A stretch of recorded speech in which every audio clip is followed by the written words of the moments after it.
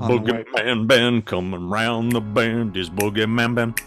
Is BoogeyMan band? Greetings, my fellow Fright Fiends. Thanks so much for stopping by the Horror Zone channel. I hope everyone's doing well.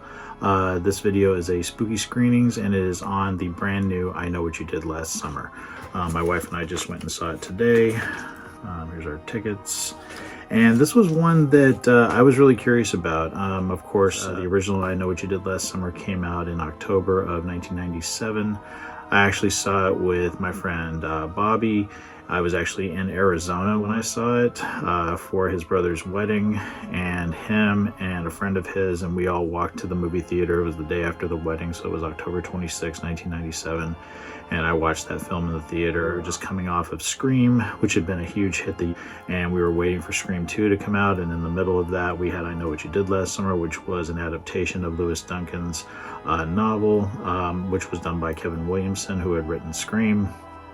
And I also thought, Jennifer Love Hewitt was attractive, and, even though I wasn't a fan of Party of Five, it wasn't a show that I watched, I really wanted to see this movie. And I remember, I still remember seeing it in the movie theater and really loving it. I thought that Jim Gillespie did a great job directing, and some of the shots of the film were actually shot here in California, that being the roadway where the accident happens. And I actually went to try to find some of these locations back in 2014 for my 40th birthday. My wife and I made a day of it, and we were trying to find locations from Scream and The Fog and I Know What You Did Last Summer. It was a really fun day.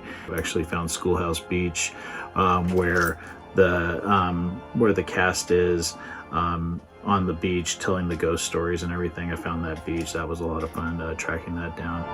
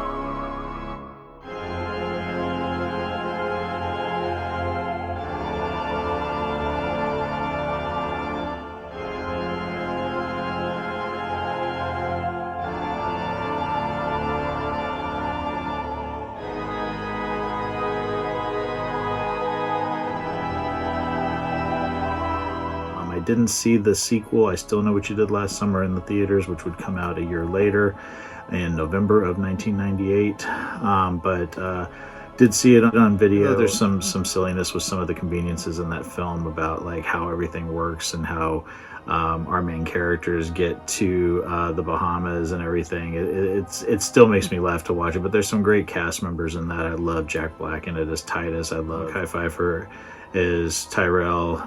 There's some really great people in it. Of course, we have Jennifer Love Hewitt coming back as Julie James, and then of course you have Freddie Prinze Jr. coming back as Ray in that one, and Muse Watson, of course, playing Ben Willis. Even though some of the writing is a little bit weird, I still like the film quite a bit.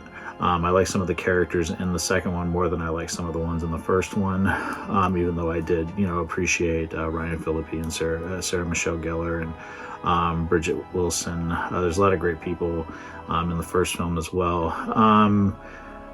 The third film, which no one really talks about, and I've only seen once, I Will Always Know What You Did Last Summer, came out in 2006. I've seen it once. I remember watching it on cable years ago, and I haven't revisited it. I thought the most interesting thing about that movie was the fact that Don Shanks, who played Michael Myers in Halloween 5, The Revenge of Michael Myers, played like the ghost of Ben Willis. It was kind of weird, and the fact that it was set in Colorado where the other ones were all kind of tied together. You know, it was just, it's a weird film. It's not one that I really have any desire to visit again. I might pick it up cheap just because I'm a completist. And I never watched the television show. I know there was a television show, I believe it was in 2021. I never watched that show, so I don't have a lot to say about that. But just a little exposition about my ties to these films, and, you know, they were part of my youth. You know, I can't believe the original is almost 30 years old. It really makes me feel old. But when I heard they were making a new one and they were going to be bringing back, of course, the surviving characters, that being Ray, played by Freddie Prinze Jr., and of course the lovely Jennifer Love Hewitt, who played Julie James. I was really interested to see where they were going to go. I thought it was weird they were just going to call it I Know What You Did Last Summer again, sort of like what they did with Scream 5. They just called it Scream. But I thought it was really kind of cool. You know, it's like, I feel like the 80s nostalgia has been done to death, and now they're moving into the 90s. And I think it's kind of cool that these movies are living on and not just being relics of the past. These movies really did reinvent the slasher genre, which had been dormant for many years until Scream came along in 1996. And that wasn't expected to be a big hit at all. And it was this sleeper hit that just exploded. And then you had movies like I Know What You Did Last Summer and Urban Legend. It's just really kind of cool, and I saw that happen, and I was in film school at the time, so really is a part of my youth. And when we went into the theater tonight, I was really excited to see where they were going to go with this new chapter in the I Know What You Did Last Summer franchise. When 5 friends inadvertently cause a deadly car accident, they cover up their involvement and make a pact to keep it secret rather than face the consequences. A year later, their past comes back to haunt them, and they're forced to confront a horrifying truth. Someone knows what they did last summer and is hell-bent on revenge. As one by one the friends are stalked by a killer, they discover this has happened before, and they turn to 2 survivors of the legendary Southport Massacre of 1997 for help. Cast, you have Madeline Klein as Danica Richards, you have Chase Sui Wonders as Ava Brooks, you have Noah Hauer-King as Milo Griffin, you have Tyreek Withers as Teddy Spencer, you have Sarah Pigeon as Stevie Ward, you have Billy Campbell as Grant Spencer, Freddie Prinze Jr. as Ray Bronson, and Jennifer Love Hewitt as Julie James. The story was written by Leah McKendrick and Jennifer Caton Robinson, and the screenplay was done by Jennifer Caton Robinson and Sam Lansky, and the movie was directed by Jennifer Caton Robinson. Trivia on the film: plans for a 4th film in the franchise started in 2014 when Mike Flanagan and Jeff Howard signed on to write a reboot with no connection to the previous installments. However, this version ultimately fell through. Following the cancellation of the 2021 television series adaptation, the project was relaunched when Robinson pitched her version to Sony Pictures. This film was put into early development in February of 2023 with producer Neil H. Moritz returning. Freddie Prinze Jr. and Jennifer Love Hewitt were confirmed to be returning in 2024, with the new cast members joining throughout the year. Filming took place between October of 2024 and March of 2025 in New South Wales and Los Angeles. So what did I think of the new I Know What You Did Last Summer? Did it meet expectations? Did it not deliver the way that I wanted it to? I was actually surprised by how much I really enjoyed this film. I didn't know what it was going to be like. I didn't know if it was going to work. I didn't know if it was just kind of like a gimmick of, you know, these legacy sequels. Sometimes they work, sometimes they don't. It was really fun going back to Southport and you know, seeing a new group of characters, young characters that get themselves into a situation that they cover up, and of course things come back to haunt them the following year. I didn't know what to expect. I didn't know if it was going to work. Like I said, you know, it's been, you know, we did have I Will Always Know What You Did Last Summer, but it had nothing really to do outside of The Fisherman, which was in that movie a ghost. Had really very little connection to the first 2 films. So this is the first film that kind of ties into those two films from 1997 and 1998 respectively, and I really enjoyed revisiting this universe. And I thought that the gore was good. I actually thought the cast was really good too. I'm not familiar with many of these actors. Outside of Freddie Prinze Jr. and Jennifer Love Hewitt, the only other actor I really knew was Billy Campbell, and I had seen him in things like The Rocketeer. He was in Dracula, Francis Ford Coppola's Dracula. I knew him from the 4400. I haven't seen him in a long time, so it was kind of cool. As at first I was like, going, I've seen that guy before, and I was like, oh yeah, that's Billy Campbell. So he was in it, but I really liked this cast quite a bit. I thought that Danica Richards as Madeline was great in it. She has a lot of the funny lines in it, and I think she did a great job of playing this character that's going through. This really has, I think, out of everybody, the most trauma inflicted on her. I also thought Chase Sui Wonders did a great job as Ava Brooks, and really loved Tyreek Withers as Teddy Spencer.